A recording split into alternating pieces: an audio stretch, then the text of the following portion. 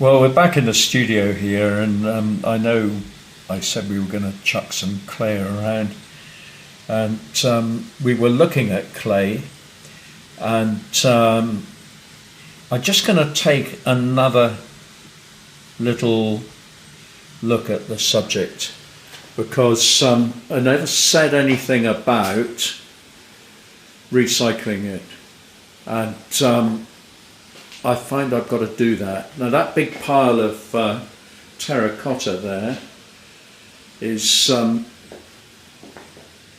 reclaimed from buckets of bits, and a bit like this sort of thing, and I generally soak that in water and then scoop it out and put it on a plaster slab, and we put it through the pug mill. So I'm just going to show you how we do that. It's a pretty horrible job. I put 3 buckets of this through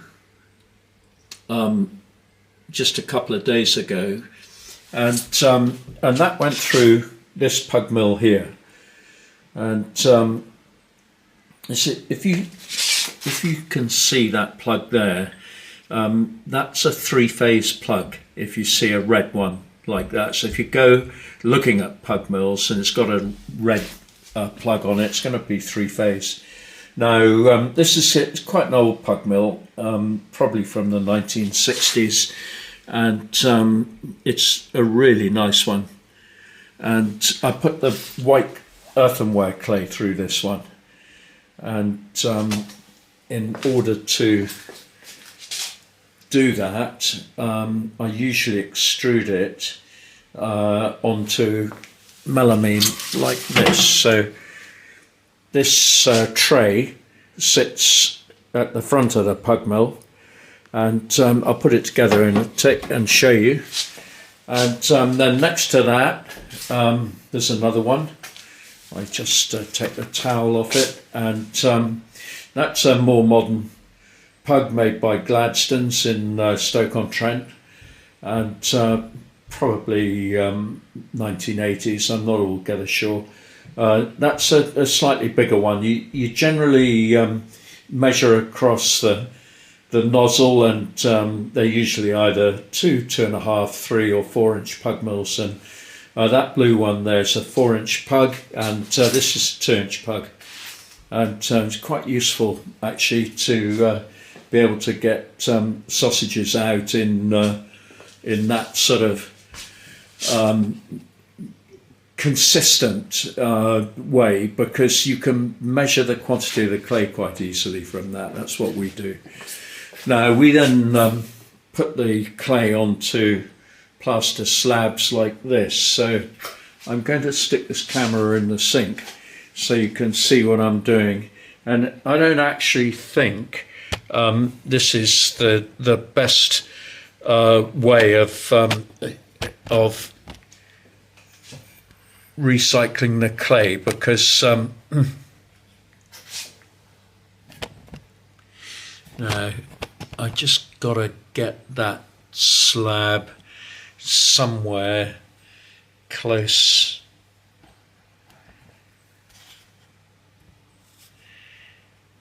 There we are. I think that's perfect. Okay, so I'm going to get the bucket of horror, and I'm going to lift it up here. And what I want to do is get that clay onto the plaster slab. Now, these kind of scooping out tools that you can buy in your pottery supplies store, they're really good. And I've found this sort of quite tough looking spatula, and I think, you know, you use whatever you've got to hand basically. And this white earthenware clay here is not the easiest to, it's really claggy and it's very kind of difficult and reluctant to come out of the bucket. And it's coming out sort of like that. And this is what I mean by chucking clay about. I don't want to chuck it in the face of the camera, that's for sure.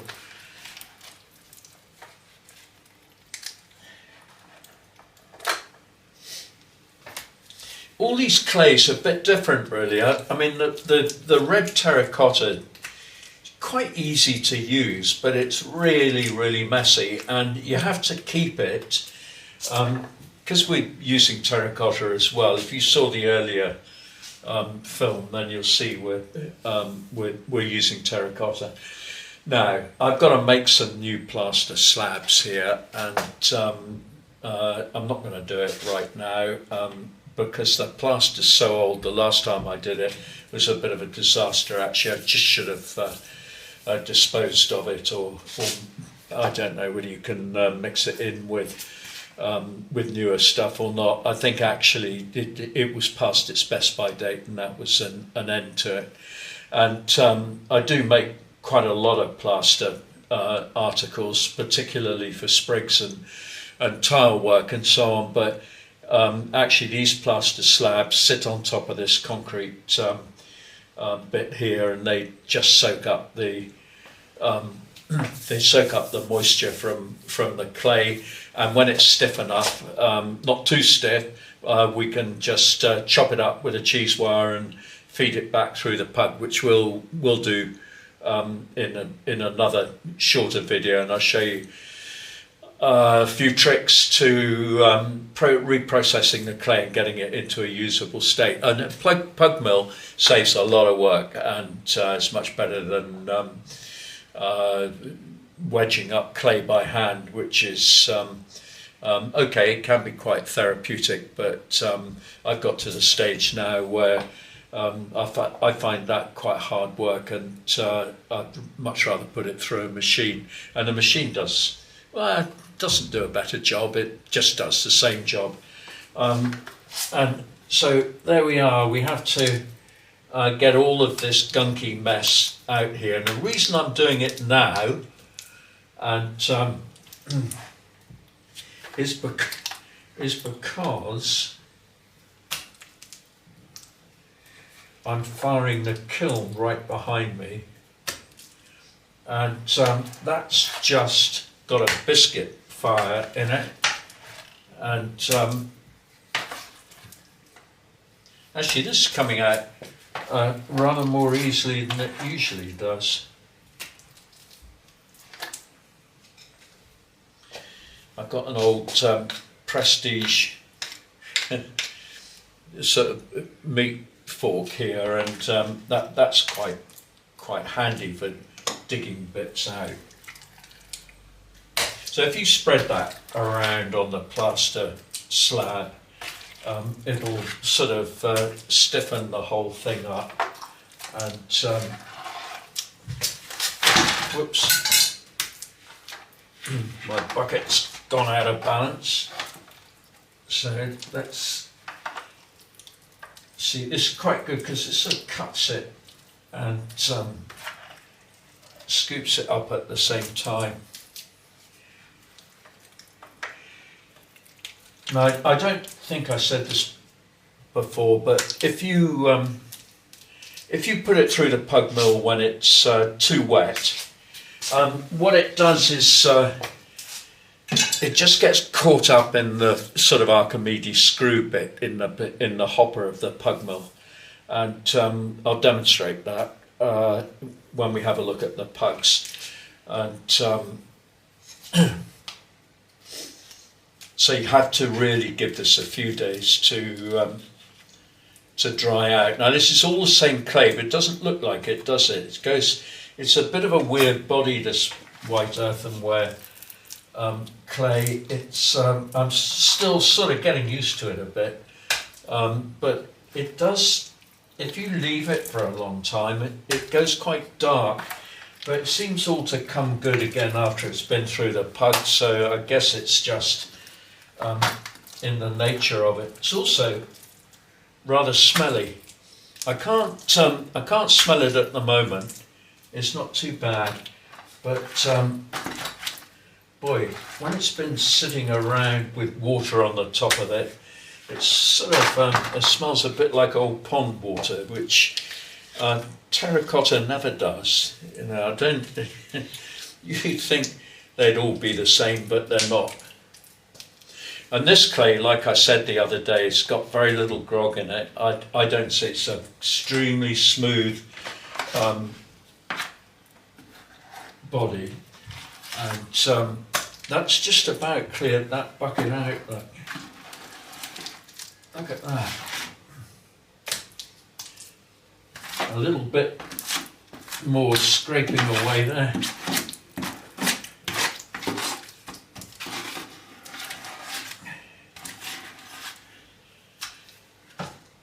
And there we are, yippee-doo, I think that's done. Well, I expected that to be a bit more difficult, to be honest. The last couple of buckets I kind of emptied were pretty hard going. And if I just show you, I think these were the last few. There were 3 terracotta ones, so one of those is, and these were the other white clay ones here, and yeah, well, that's just one of those jobs that we have to do from time to time, and part and parcel of operating a pottery of any size. That's a big kiln now, and it's an 8 cube one, and this is the camera hates that. It's showing 949 degrees at the moment, and this is a biscuit firing, and that's a 4 cubic foot kiln, but I find actually, you know, it's not a big kiln. If I get away from it for a while, you can, if I move away from it, you can see I've got 2 4 cubic foot kilns. There's the other one, that's a top loader, and that's a top loading single phase kiln, and this is a front loading 3-phase kiln, and we fire that one a lot. I've changed the elements in all of these kilns, so I'll run that one past you as well. And at the moment, what we're looking at is a not very complete log of when we started. So I tried it out yesterday, and if you can see at the top, on the first ramp I went up to 150 degrees at 40 degrees an hour, and then I went from up to 180 degrees on the next ramp. That's just to exercise the ramp really, and then I soaked it for an hour. And I'm not soaking it now. It's going up to 1,000 degrees because that's what we bisque at. So I did 75 to 650. Now, that's significant really. I'll just mention in passing, but we will come back to it, that 650 degrees is just past the point where the clay has had the water driven off it chemically, so it's turned into pottery, and that's around the high 500s. I think it's 590. I'm not 1,000,000% sure on that, but it's in that region. So you've got to go very slowly past that point. If you don't, your pots are going to explode. And on the second ramp, then from 650 degrees up to 1,000 degrees, I went up at 165 degrees an hour, but it isn't doing that now because there are 10 shelves in there. So those poor old kiln shelves, they've been fired very many times. And when you're firing tiles, it's shame we can't read that.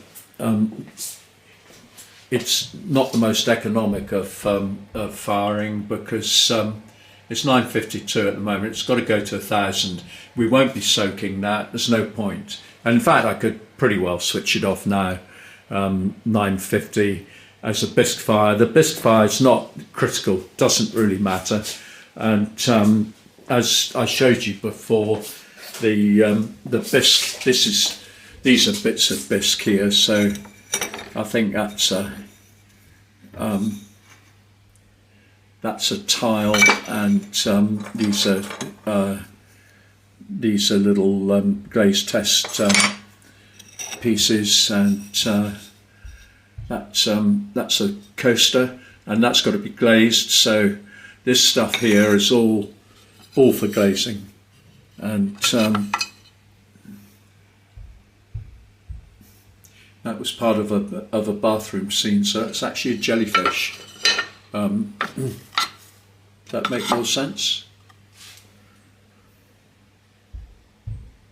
Yeah. So anyway, there's just a short burst of recycling clay, and the reason I did want to do that today is because we got a nice hot brick in here, and that's going to dry that white earthenware clay out quite well. So once it's dry, I'll come back and put it through the pug, and you'll see what a spectacular transformation that's going to be. It's a brilliant piece of equipment, and we've got a few of those, and even some in pieces, so we'll be able to tell you quite a lot about that, and look forward to seeing you then.